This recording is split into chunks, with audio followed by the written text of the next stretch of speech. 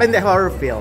This is my second horror Ano yung first mo yung? Aswang. Oo nga pala. Ako yung young lovey po, pero bata pa ako. Siguro mga 9, 10, something like that. So, kumusta yung experience? Horror film and working with Jodie and Miss Gloria? Actually, when I received the text na part na ako ng film na to, sobrang excited ako. Kasi sabi ko, I prayed for this din eh.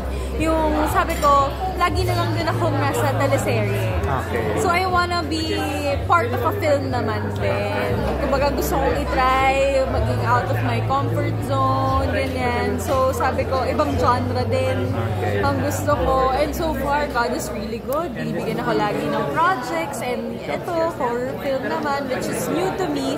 Kaya sobrang excited ako matuto. Basta na, syempre sa award-winning na mga kasama natin dito, mga kasama ko dito, si Regner, Caprido, Miss Jodie Santa Maria, Kuya Joel, at marami pang iba. Syempre talaga happy ako na marami ako natututunan sa kanila. And working with them was so easy, so smooth, sobrang gaan. Especially Direct Derek, he is so collaborative. Miss Jodie as well. So, sabi ko, isang magandang experience tong horror film na to. And it's a start of something new talaga in my career. Pero, kontrabida ka? Hindi naman kontrabida. Pero isa lang ako sa, marami naman eh, na kumbaga, anino, o nagpapagulo, o nagpapahirap sa character ni Miss Jodie dito na si Vivian. Okay. So, isa ako doon. Kasi di ba sa teleserye, dahil sa strong ang personality mo, parang nalilinya kasi. Ang hirap mo kasing apihin. Yun nga, actually, lagi ako sa kontrabida na line na pupunta. Pero, syempre, happy rin naman ako na nakikita ko ng mga producers natin, ng mga bosses ng Sparkle, ng GMA, na I can do more. Nabibigyan din ako ng bida-kontrabida role. Na hindi na kontrabida pero bida rin at the same time. So sabi ko, masaya. I'm just really grateful, thankful sa GMA, sa mga producers na kumukuha sa akin. And of course, talagang grateful ako kay God for giving me blessings like this. Pero what's next after this? Ano pang plano mo? Kasi, di ba parang sinasabi namin sa'yo, parang beauty queen material ka. Yes, oo nga. May pagka-sexy rin yung dating. So, ang daming nag-expect na one of these days, gagawin mo lahat yung mga dreams na yun. Oo nga eh. For now, kasi I've been focused with my studies for the past few years. Pero I just graduated college last year. So now, mas marami akong time to do things na hindi ko pa siguro natatry din talaga. Okay. So when it comes naman to beauty, pageants, I mean, it's not for everyone, actually. Ang dami nagsasabi sa akin, kasi, yun nga, because of my height, because of what I look like, ganyan. Naiisip ko rin naman, pero bata pa naman ako. I don't think it's too late na to isabak yung sarili ko sa ganyan. Pero as of now, masaya ako sa career ko as an actress. So wala sa plano mo? Wala pa. Malay mo, after a few years, di natin alam. Pero right now, I just really wanna focus on my career sa pag-artista. Hindi naman bawal? Hindi naman bawal. Hindi pinagbabawal mo, boyfriend? Hindi naman, ang parents ko. Na-recently parang na-reveal mo. Nagulat kami parang, okay. Oo nga, matagal na ba yun? Si Tito Boy kasi. Matagal na siya? Hindi naman. We started dating last year. Last year. And then ngayon lang. Ngayon lang. Boy kasi. Hindi, tsaka nakikita rin sa social media na hindi na naitatago. I'm public about it naman. Sabi ko nga, very supportive naman din siya with my career. Okay. And supportive din naman ako sa kung ano mang gusto niya. Sabihin na natin kung ano ba tinatakbo niya, di ba? Counselor na Alaminos Laguna, right? Alaminos Laguna. Wow, Hindi, kasi napag-usapan yun eh, di ba? Kasi nagulat naman yung lahat na si Lian pala ay girlfriend ng politician. Yeah. Diba? Aminin natin pag sinabing politicians, girlfriend, iba yung dating eh. Iba yung Heart Evangelist. Actually, dami nga nagsasabi. Pero, alam mo yun, dating a man na may ganong line of work is, lagi, may stereotyping or like, may dating na iba pag politician yung boyfriend. Pero we were friends. I mean, we started Even as before friends. na- Yeah, we started as friends. Pinakilala din sa akin siya ng mga friends ko. We really started with a friendship. Yung before friendship, how long have a you? relationship. Siguro for a while din naman. For a while. Yes. Pero we were, kasi, parang I was open din to dating at that time. And he was open din to dating at that time. So sabi ko, ayoko rin kasi mag-waste ng time with relationships na, alam mo yun? Marami ako masyadong ginagawa.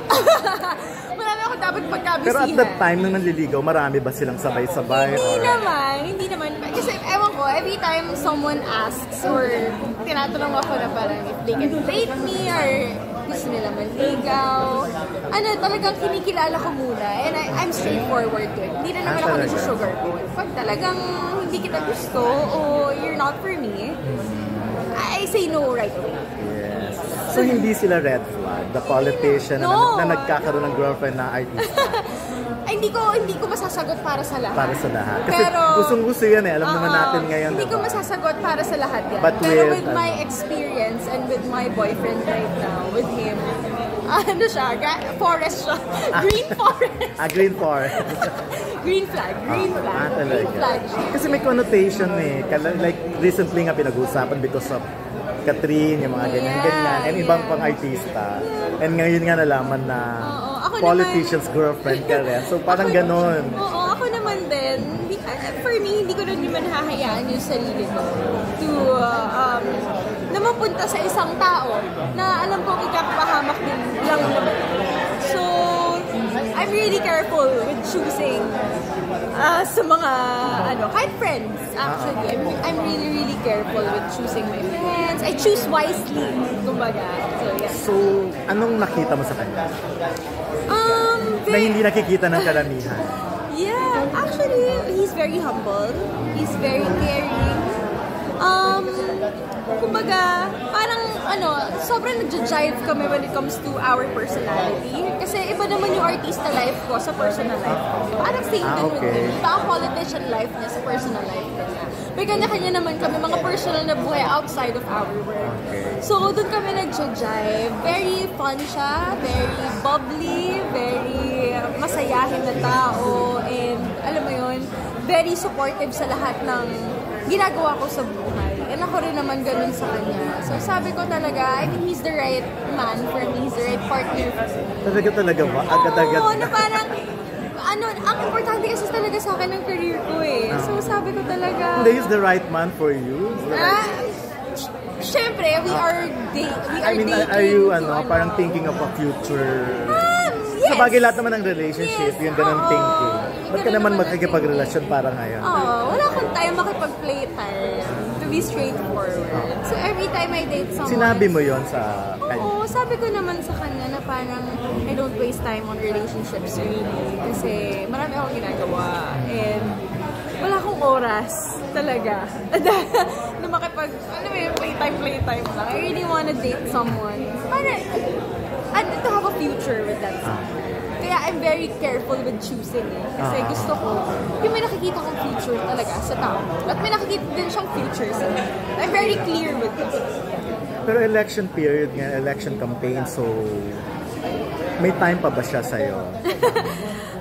Meron pa naman. Pero given naman na parang pag campaign period is sobrang babad sila or sobrang dami nilang kailangan puntahan at gawin.